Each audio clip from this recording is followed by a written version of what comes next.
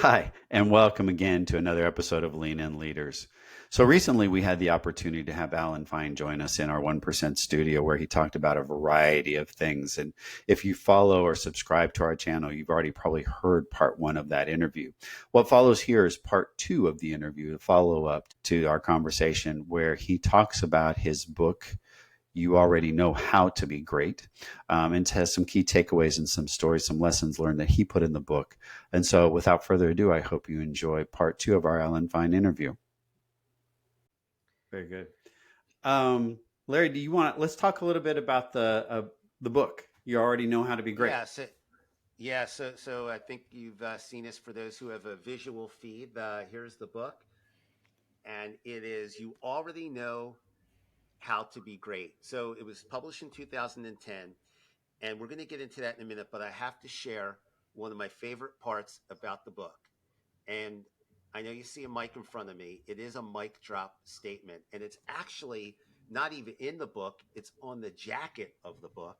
And I just want to read it for our listeners because honestly, words are power, right? And when I read this quote on the inside jacket, it inspires me and it hit me.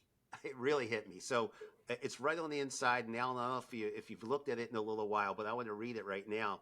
It says, "If knowledge were all it took, we'd all be incredible managers, teachers, parents, and performers.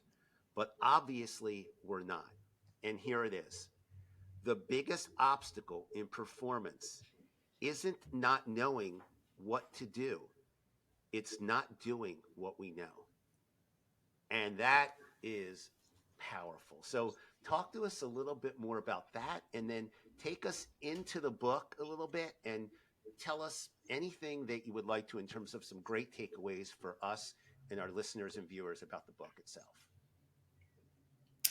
Well, I guess, first of all, the statement was born out of this kind of, what should I call it, privileged journey that I've been on in my career. I've got to work in so many different fields. In fact, I've got to work in so many fields other than the one I was originally trained in. And the most common block to performance, it eventually dawned on me, the most common issue I wrestle with in trying to help people isn't that they don't know what to do. It's just they don't take action. They don't remember. They get distracted, but they don't do what they know. And I can see, if I go back to my tennis coaching days, it was very obvious. And I see the same in leadership now. I used to repeat the instructions over and over to people. And it wasn't that they didn't understand the instructions. It's they didn't know how to execute on those instructions.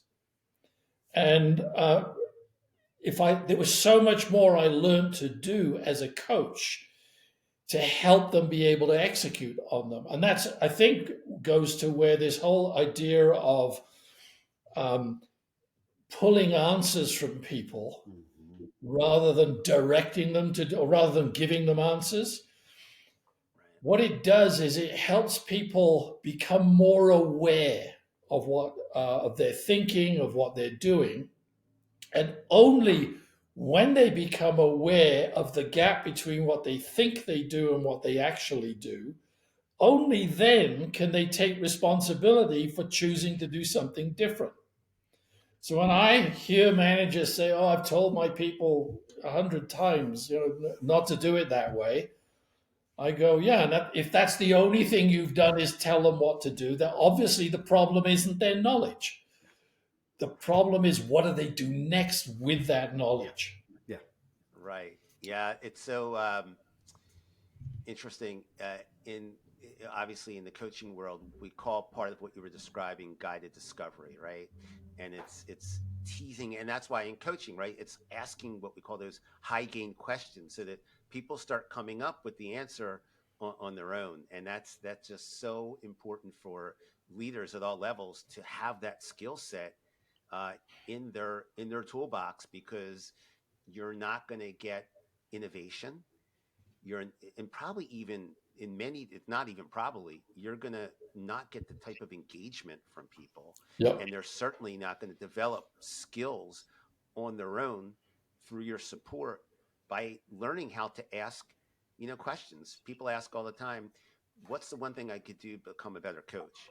The first thing I say is, the next time you're going to tell someone what to do, turn it into a question. Yeah. And that's really powerful to think of it that way. So that's fantastic. About the book, I read a story about something in the book you tell a story about, and I love it. And if I could make it personal for 1 second, it was a story of the 10X girl. And when you tell this story, what hit me was I actually play in a competitive league in a sport every week. I won't say what sport, but I love it. I'm addicted to it, but I only play once a week in this league-like play. And I am in my head all the time. I know what to do. I know the pitch mechanics. I know my release point. I know where to land the bat. I know all these things, yet I struggle and I get in my head. So then I read the 10X girl and I'm like, wait, it's a 10X guy. That's me. So could you talk to us about the 10X girl? Because I think we can all relate to that. And you do weave into that. And I don't think we're going to get deep into this, but I think that's a little bit of neuro-linguistic programming or NLP with the use of anchors and things like that. But could you talk about the 10X girl? Because that was Sure. a gem. You realize, by the way, you've given away what sport you're playing in your description of what you're wrestling with. Did he? Well, I've got an educated. I know what it is, but yeah. Let's put it that way. Yeah. The 10X girl, so she was a 9-year-old girl. This is early in my days of experimenting with this kind of material. 9-year-old girl, her mom had asked me to give her individual lessons, and that was sort of unusual. And in those days, I encouraged the kids at that age to come in group lessons because I believed it was better for them developmentally to come in group lessons. It was much better for my bank balance if they came in group lessons.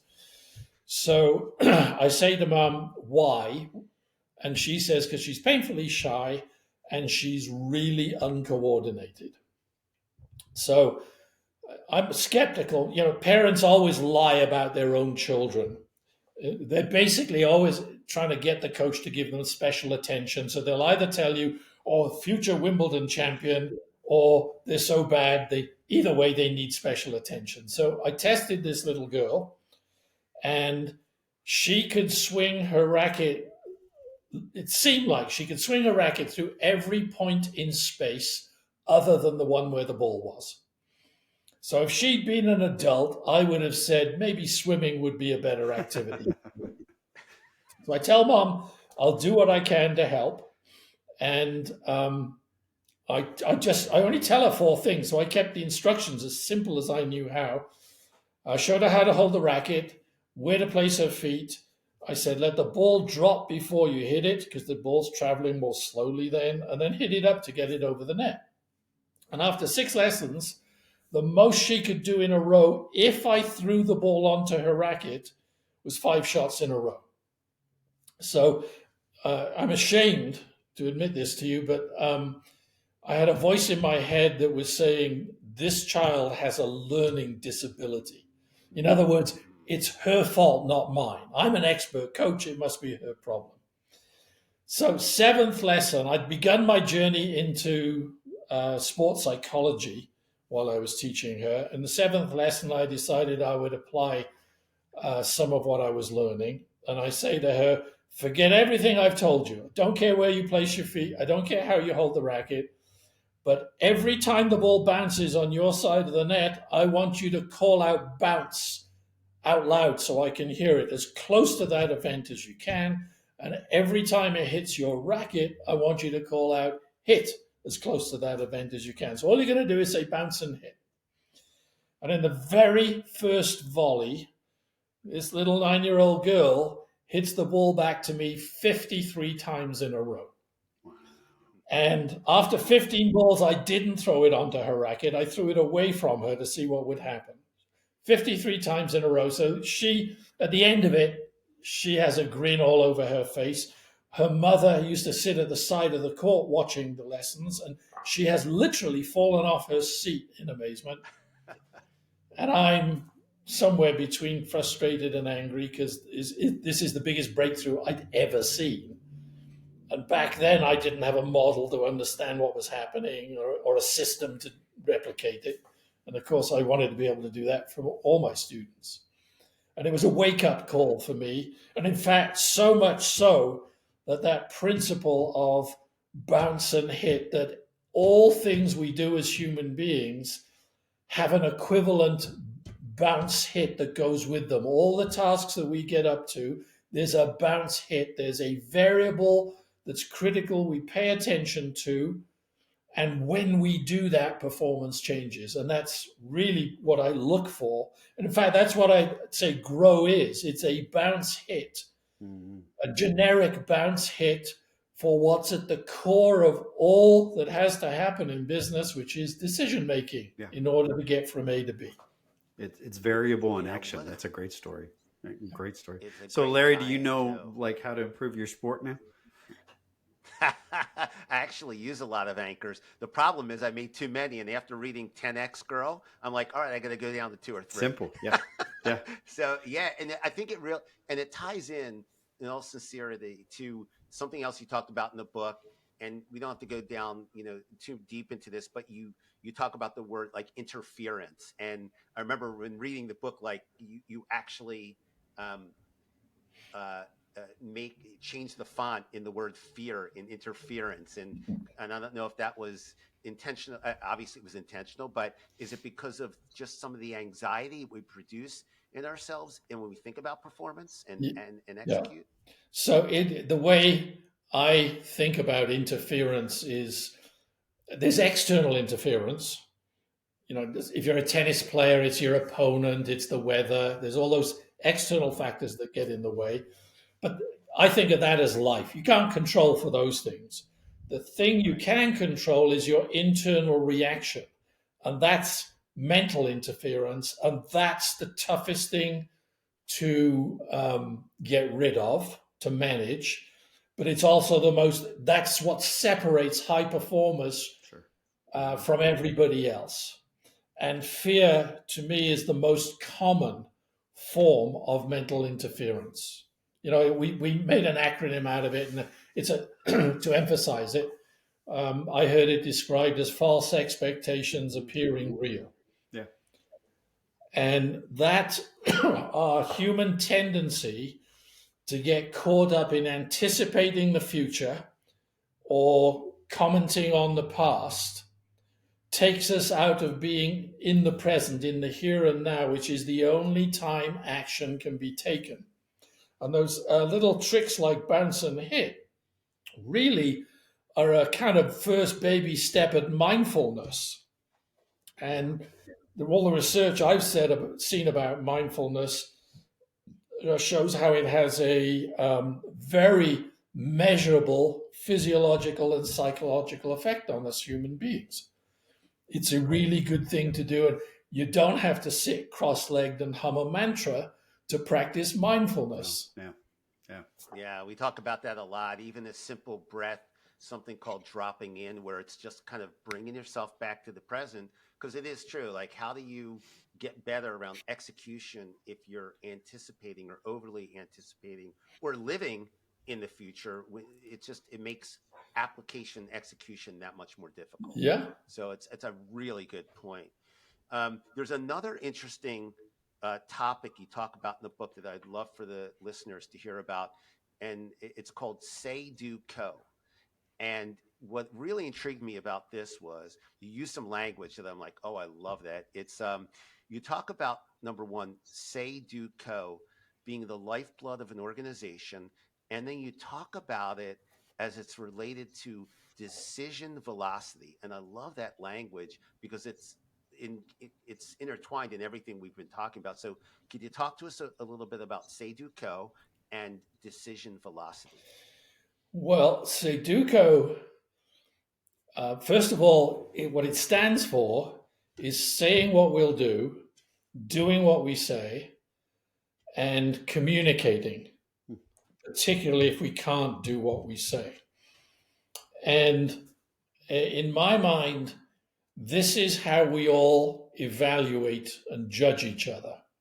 And that's whether it's upwards, sideways, downwards in an organization, in our families. We all want to be around people who say what they'll do, who do what they say they're going to do. And if they can't do what they said they were going to do, they communicate to the stakeholders.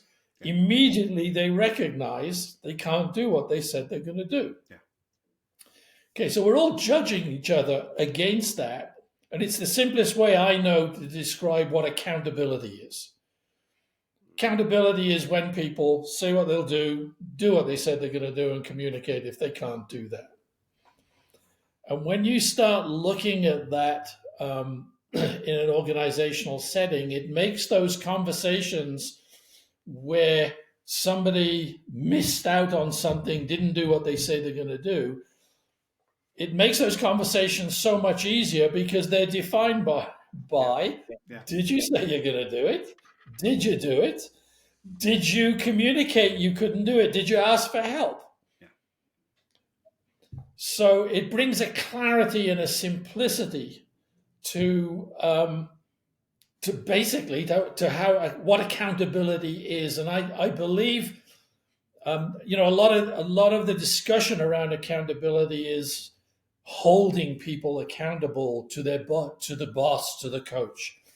And I much prefer to talk about supporting people to be accountable to themselves. Yes. That's where the real power transformation is released. Yeah. So when we start looking through the lens of Sudoku, then we're supporting them to do or to behave in the ways they expect of others. And there's we and a number of our clients have actually adopted it as a value for the organization, Sudoku, which was That's fantastic. Yeah. kind of intriguing to me. Yeah. Yeah, that is great. And I think a key there, and I'm sure it's part of the work you do, is reminding leaders that you modeling that behavior is uber critical. Yep. Because you can't expect it from others if you don't do it yourself and you don't genuinely model that behavior. And I love that the fact that you called out that, because it totally just violates this idea of people being really engaged and evolving themselves and doing the right thing even when no one's looking. It's really about leaders acting as coaches or leaders just helping people learn how to become more self-accountable and not and kind of eradicating this, like accountability is taken on become a dirty word of sorts, because it feels like you're doing something to someone instead of teaching people how to hold themselves accountable and, be responsible to others and themselves. It's got that same, coaching has a history of being punitive, and accountability, I think, has a history of being punitive. And I guess part of my mission these days is let's shift the paradigm around those things. They're supportive things. Yeah. In fact, I would suggest if we're having to do things to be punitive, that's an indication of we really haven't been supportive supportive enough along the way. Yeah, it's a great point. Great point. Fantastic. Shad, there is something that you and I talked about in the book that you found interesting. I think it was about the performance. Yeah, I mean, I really am intrigued by the idea, the performance wheel that you developed, the knowledge, focus, faith, and fire. I'm wondering if you could break that down for us a little bit, and just how leaders apply that, or how you just apply that in personal life. Well, for me, it's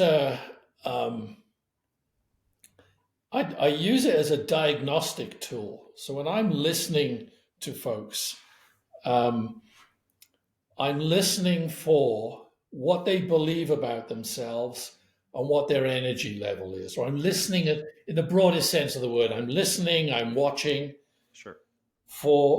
Because whatever, if I'm going to, if someone is lost confidence, for instance, then first of all, I need to be able to recognize that there's a belief or a lack of belief that they have about themselves. And then I need to help them find something to pay attention to that will build their confidence. So it always comes back, despite there being 4 elements, the one that drives everything else is the focus one. Sure. Yeah.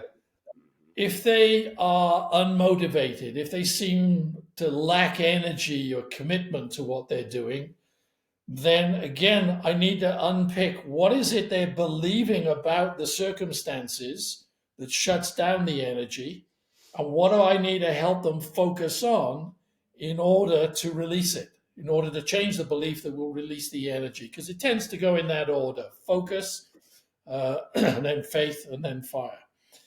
And if all somebody needs is more knowledge, well, again, I've got to help them focus on where they access that. Where's it at? Yeah.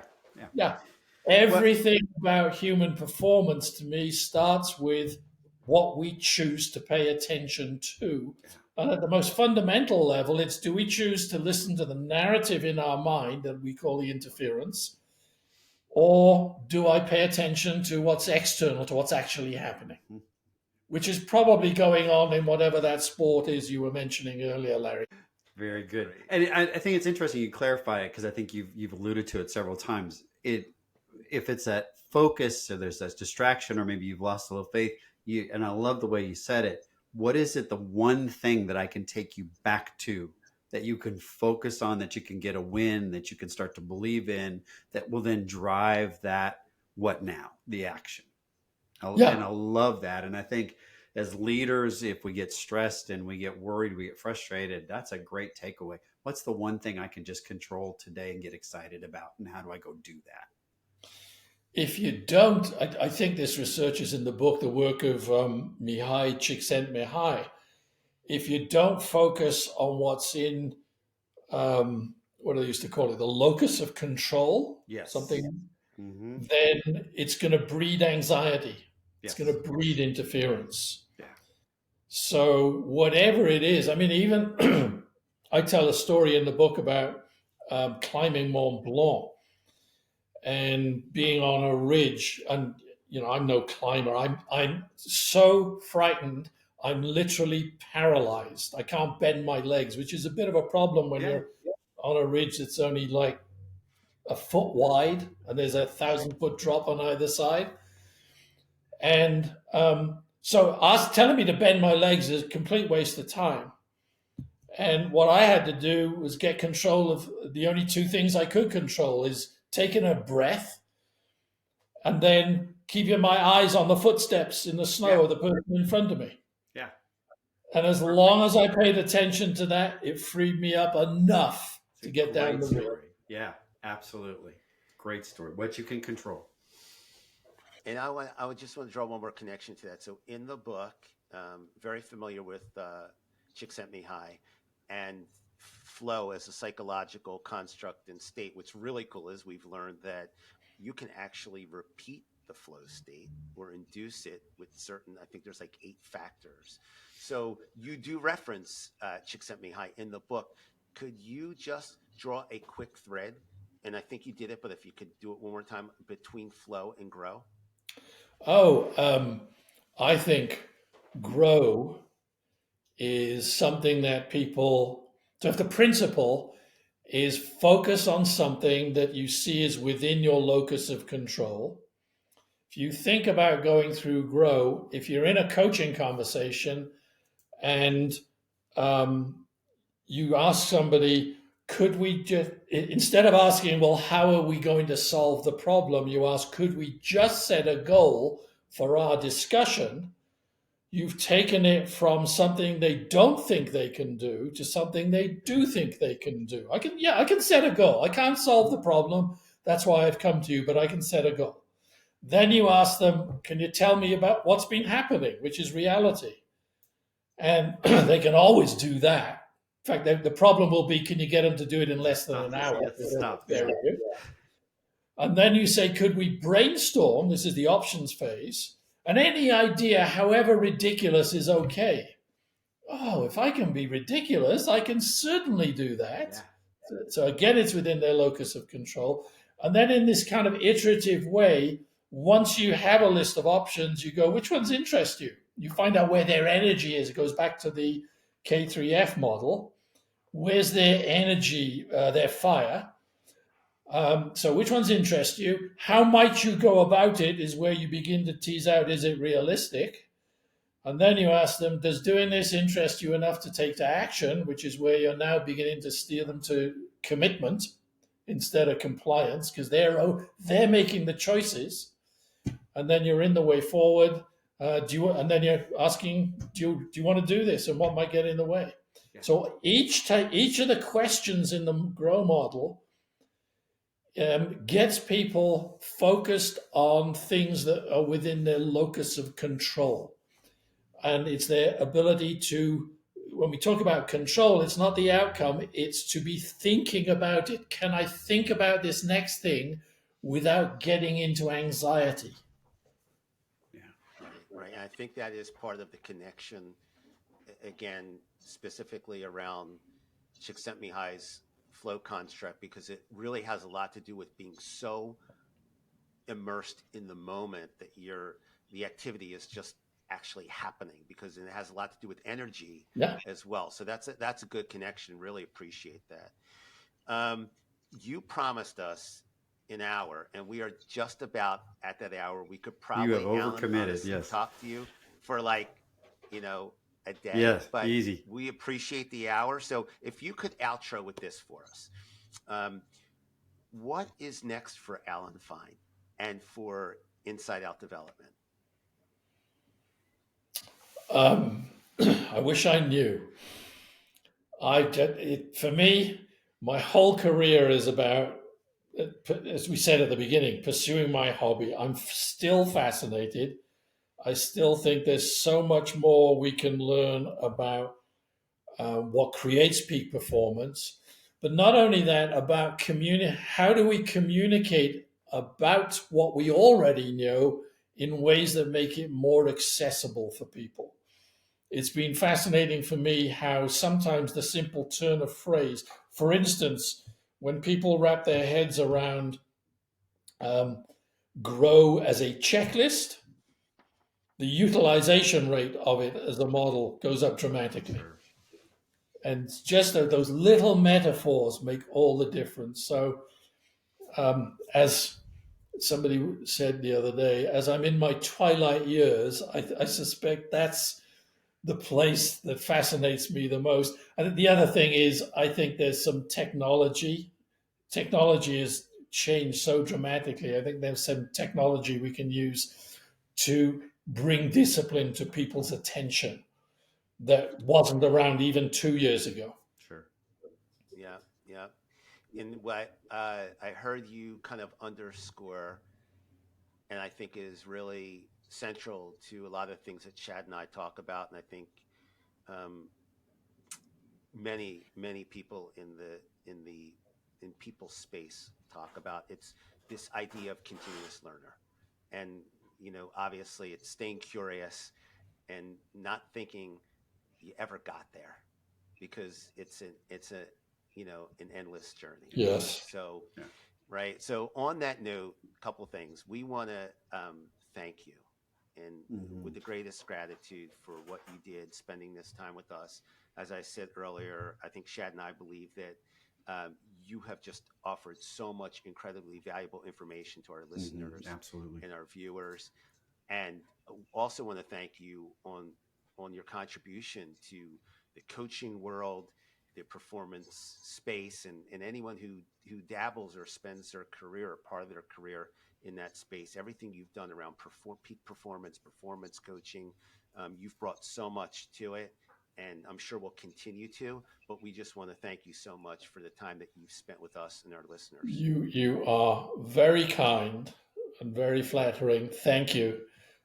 Because it's been a blast for me. I've been on my soapbox here talking about my favorite subject. So there you go. Thanks for inviting me. It's been an honor. Absolutely.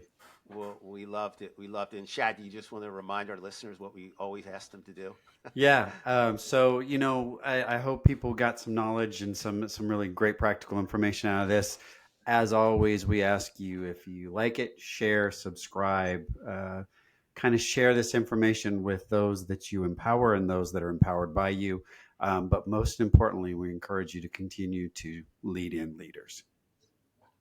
Yes, absolutely. And Shad, one thing that we just Yeah. do want to remind people, since we're evolving ourselves, Yeah. in addition to what we share on LinkedIn, we now have a YouTube channel. We're on Spotify, and we'll probably be on some other streaming platforms. No, and podcast probably we platforms. will. We just got to We focus will. one step at a So, time. yeah, focus, right? That's What we exactly just right. talked about. So thank you, Alan. Thank you Thank you again. so God much, bless Alan. you, and thank you for Pleasure. everything.